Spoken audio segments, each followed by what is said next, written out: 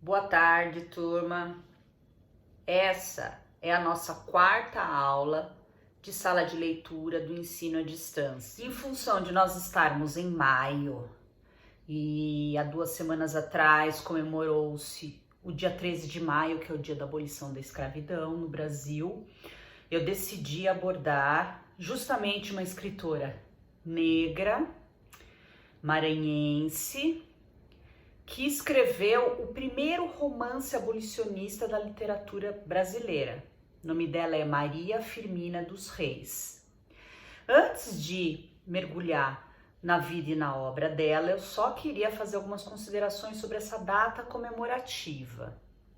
É uma data que hoje é muito questionada, justamente porque a Lei Áurea, ela foi uma lei assinada pela princesa Isabel, uma princesa branca, e ao mesmo tempo a gente sabe que a abolição, essa assinatura, não trouxe todos os direitos que os ex-escravos deveriam ter na sociedade brasileira.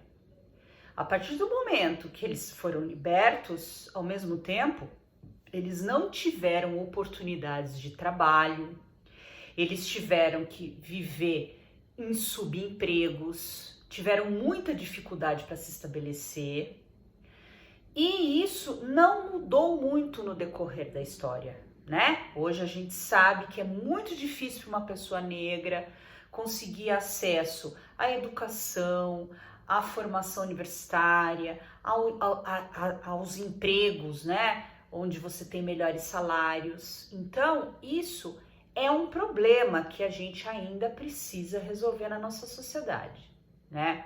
E a Maria Firmina, ela se insere nessa luta abolicionista logo de início através dos textos dela. E muito antes do que obras mais famosas como abolicionistas foram escritas, né? Ela escreveu essa obra mais de 10 anos antes do Castro Alves escrever Navio Negreiro. Só que ela tem uma visão de quem vivenciou, de quem experimentou toda essa realidade da escravidão.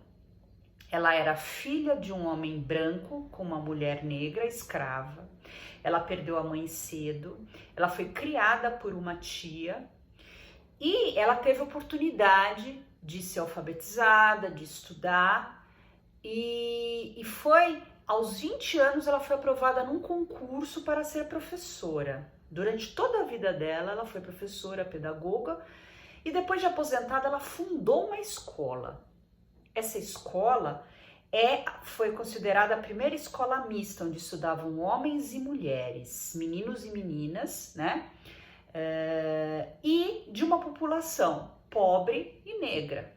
A escola durou 2 anos. A comunidade, né, local ali não aceitou com bons olhos essa educação, né? E ela foi obrigada a fechar a escola.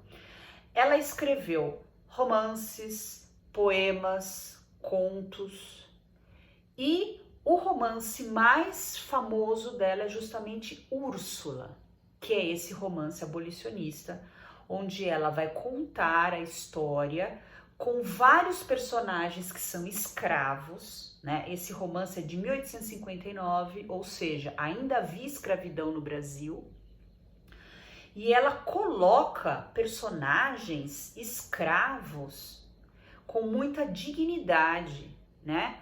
Pessoas que sofreram com o tráfico negreiro, né? Ela, logo no primeiro capítulo, ela já coloca um personagem falando da lembrança dos porões dos navios negreiros, né? De todos os açoites, das mortes. Depois, esse personagem também vai contar como era a vida na África, muito diferente do que ela vive no Brasil na época do livro, né? Então, assim, é como se a Maria Firmina dos Reis desse voz, né? Colocasse como protagonista no livro dela todas as experiências dessa comunidade de africanos que vieram para o Brasil. Diferente de outros escritores posteriores que vão abordar a escravidão, O olhar dela é um olhar de quem experimentou, de quem faz parte de uma comunidade que vivenciou o horror que foi a escravidão no Brasil. É importante ressaltar que durante mais de 100 anos esse livro ficou esquecido.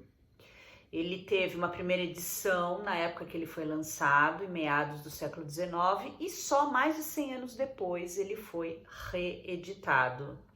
Isso mostra como a nossa literatura, infelizmente, deixou de lado muitos escritores e escritoras importantes, mas que por conta da condição social, da condição étnica, não foram levados em consideração e só hoje é dada a devida importância. Então agora eu vou mostrar para vocês um trecho do primeiro capítulo do romance. O homem que assim falava era um pobre rapaz, que ao muito parecia contar 25 anos e que ria franca expressão de sua fisionomia. Deixava adivinhar toda a nobreza de um coração bem formado. O sangue africano refervia-lhe nas veias. O mísero ligava-se à odiosa cadeia da escravidão, e embalde o sangue ardente que herdara de seus pais e que o nosso clima e a servidão não puderam resfriar, embalde, dissemos, se revoltava, porque se lhe erguia como barreira o poder do forte contra o fraco. Ele, entanto, resignava-se, e se uma lágrima a desesperação lhe arrancava, escondia-a no fundo da sua miséria. Assim é que o triste escravo arrasta a vida de desgostos e de martírios, sem esperança e sem gozos. Ó esperança, só tem os desgraçados no refúgio que a todos oferece a sepultura. Gozos, só na eternidade os antevêm eles. Coitado do escravo, nem o direito de arrancar do imo peito um queixume de amargurada dor. Senhor Deus, quando calará no peito do homem a tua sublime máxima? Ama teu próximo como a ti mesmo, e deixará de oprimir com tão repreensível injustiça o seu semelhante, aquele que também era livre no seu país, aquele que é seu irmão? E o mísero sofria, porque era escravo, e a escravidão não lhe embrutecera a alma, porque os sentimentos generosos que Deus lhe implantou no coração permaneciam intactos e puros como a sua alma. Era infeliz, mas era virtuoso, e por isso seu coração enterneceu-se em presença da dolorosa cena que se lhe ofereceu à vista. Trecho do romance Úrsula, de Maria Firmina dos Reis.